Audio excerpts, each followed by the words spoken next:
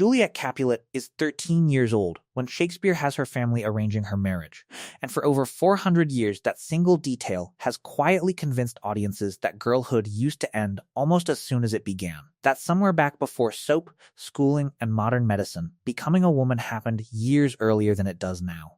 It is a tidy story.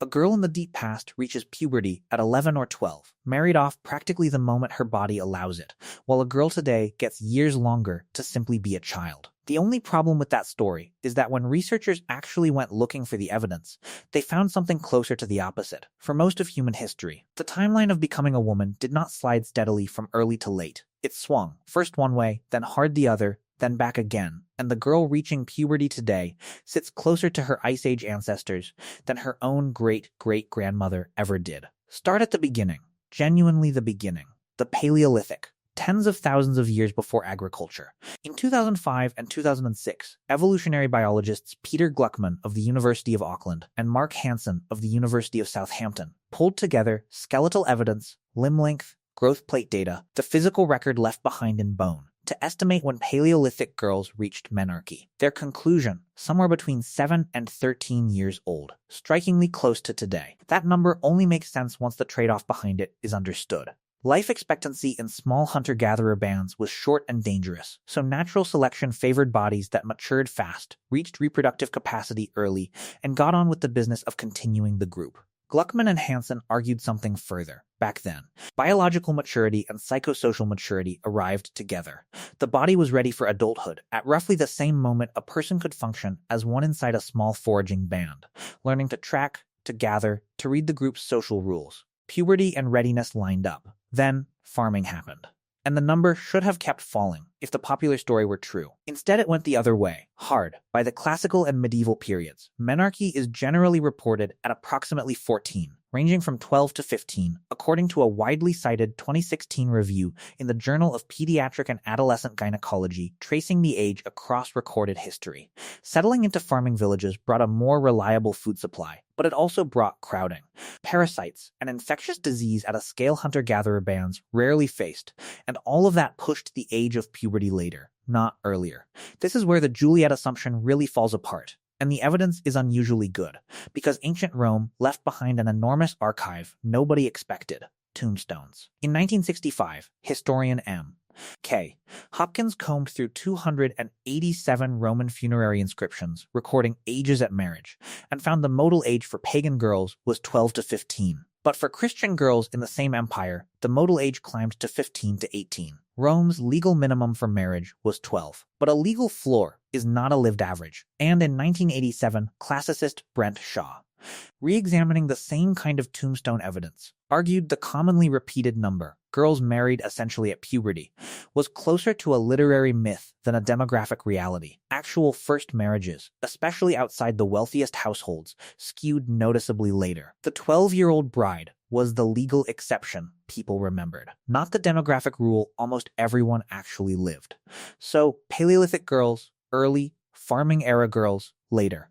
And then something happens that should sound impossible. It gets later still. The Industrial Revolution should have been the moment humanity finally shook off famine and disease for good. Instead, for the girls crowded into the mill towns of the 19th century. It was the worst stretch in the entire recorded history of puberty. A 2025 meta-analysis tracing Norwegian menarche records across 170 years found that girls born around 1840 reached menarche at an average of over 17 years old, over 2.5 years later than girls born by the century's end. A separate 1982 analysis by Jordiana Weishaupt and Rose Frisch found the same pattern across Western Europe and Scandinavia. Average puberty had drifted as late as 17 or 18 by the mid-1800s, driven by the same forces working against city-dwelling children everywhere: child labor, tenement crowding, chronic undernutrition, and near constant exposure to infectious disease. Sit with that for a second. A Victorian girl working a 12-hour shift in a cotton mill was, on average, reaching womanhood 2 to 3 years later than a girl crouched by a fire on the open plains 20,000 years earlier. Everything about the mill town, the clothing, the technology, the supposed march of progress, said modern. Her body said something closer to delayed. The assumption that the deep past was somehow more accelerated than the present has it almost exactly backwards. From there, the number does what most people already assume it always did. It falls. Steadily and fast. A 2024 study tracking over 50,000 South Korean women born between 1927 and 2004 recorded the average age at menarche dropping from just under 17 for women born before 1935 to 12.5 for those born after 2000, a decline of roughly 7/10 of a year every decade, driven almost entirely by improved childhood nutrition and, more recently, rising childhood obesity, which is independently linked to earlier puberty. Studies out of India report the same ongoing slide today, still moving at around 4/10 of a year per decade. Public health researchers do flag genuine downsides to earlier puberty, associations with higher lifetime risk of certain cancers and metabolic conditions, but the demographic direction itself is not in dispute. And that fall lands the average modern girl almost exactly back inside the 7 to 13 range Gluckman and Hansen calculated for the Paleolithic. 200,000 years of human history, and the number didn't travel in one direction. It dipped, spiked upward for millennia, spiked worse under industrialization, then plummeted back to roughly where it started. There is one honest complication worth sitting with before moving on, because the evidence does not point in a single unanimous direction. The Paleolithic estimate of 7 to 13 comes from skeletal remains, a physical proxy, not a direct observation. When anthropologists instead study living hunter-gatherer populations today, the picture shifts. Researchers Nicholas Jones and Christina Lopez, in a 2006 analysis, recorded average menarche among hunter-gatherer groups at 16 years old, with first birth not following until close to 20. Anthropologist Frank Marlowe's long-term fieldwork with the Hadza of Tanzania and decades of research among the Kung of the Kalahari described a similar pattern. Menarche around 16, marriage soon after. Skeletal data says early, living foragers say late. Nobody has fully reconciled the two. It may be that today's remaining foraging groups live in far harsher, more marginal environments than the average Paleolithic band ever did. The honest answer is that this part of the story isn't finished. But the core reversal, ancient, then later still, then a plunge back down, holds regardless of which estimate turns out to be closer to the truth, which is really what this was always about. Not the exact number, but the gap next to it, among the Hadza and the Kung. Menarche and actual reproductive readiness sit years apart, a stretch anthropologists call adolescent subfecundity, the body's own built-in delay before fertility catches up to puberty. In modern industrial populations, that same gap has stretched even further, not because biology changed, but because society added years of school, training, and independence on top of it.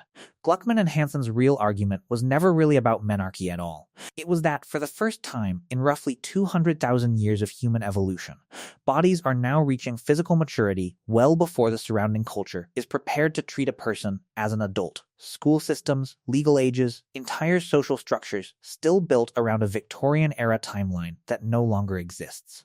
So the girl reaching puberty at 12 today isn't some historical outlier, rushing ahead of where nature intended. If anything, she is closer to normal than her own great-great-grandmother ever was. The real outlier was the mill town, and modern society still hasn't entirely figured out what to do with a body that arrives at adulthood decades before the world around it is ready to call it that.